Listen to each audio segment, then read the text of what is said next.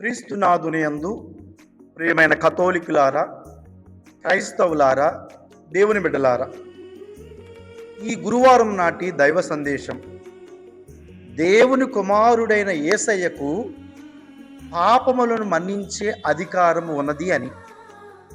మత్తయి శుభవార్త 9వ అధ్యాయము 1వ వచనము నుండి 8వ వచనముల వరకు. అక్కడ పక్షవాత రోగిని కొందరు యేసయ్య వద్దకు తీసుకుని వస్తారు. వచ్చి అతనిని స్వస్థపరచమని అడిగితే ప్రభువు ఏమంటున్నారు? నీ పాపములు పరిహరింపబడినవి అంటున్నారు. ఇదేమిటి? స్వస్థపరచటానికి బదులుగా నీ పాపములు పరిహరింపబడేవని ఎందుకు ప్రభు అన్నారు?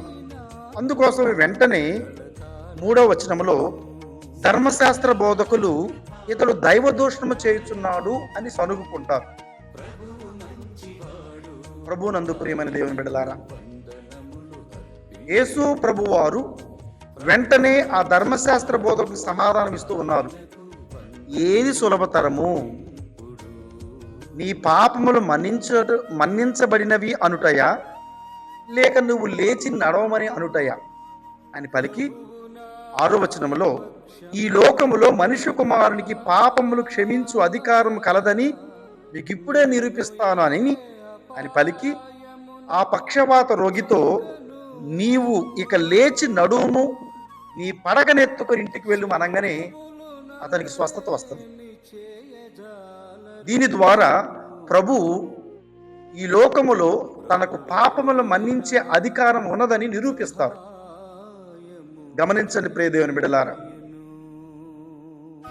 ప్రకృతి నుండి మనిషిని వేరు చేసేది పాపం. మనిషి నుండి మనిషిని వేరు చేసేది కూడా పాపమే. అలాగే మనిషిని దేవుని నుండి దూరం చేసేది కూడా పాపమే. ఇటువంటి పాపాన్ని రూపుమాపటానికే దైవ కుమారుడైన యేసయ్య ఈ లోకానికి వచ్చారు. వచ్చి తనను నమ్మినటువంటి వారిని పాపము నుండి విముక్తి చేస్తాను అంటున్నారు. ఇక్కడ పక్షవాత రోగిని మోసుకొని వచ్చినటువంటి వారి విశ్వాసమును చూచి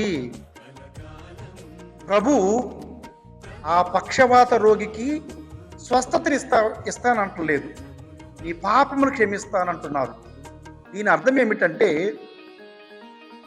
పాపము యొక్క జీతము మరణము. అయితే మనం పాపము చేసిన వెంటనే మరణం రాదు. ఈ పాపానికి మరణానికి మధ్యలో రోగం వస్తుంది. ప్రభు ఆ రోగాన్ని తీయటానికి ముందు రోగానికి కారణమైన పాపాన్ని తీసివేస్తూ ఉన్నారు.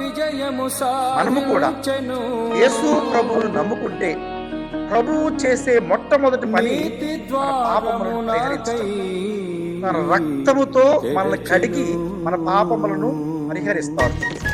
ఎప్పుడైతే మన పాపములు పరిహరించబడతాయో ఆ పాపము నుండి వచ్చేటటువంటి రోగములు కూడా స్వస్థతలు, రోగము నుండి కూడా స్వస్థతలు పొందుతాం. రోగము నుండి మాత్రమే కాదు, మరణము నుండి కూడా, అనగా నిత్య మరణము నుండి కూడా దేవుడు మనకు విముక్తిని కలగజేస్తాడు. కనుక ఈ గురువారం కూడా మన ప్రభువును నమ్ముదాం, పాప క్షమాపణ కోరుకుందాం. తద్వారా మన వ్యాధి బాధలను నయము చేసుకుందాం. నిత్య మరణమైన నరకం నుంచి దేవుడు మనల్ని కాపాడాలని ప్రార్థన చేసుకుందాం. ఆమేన్.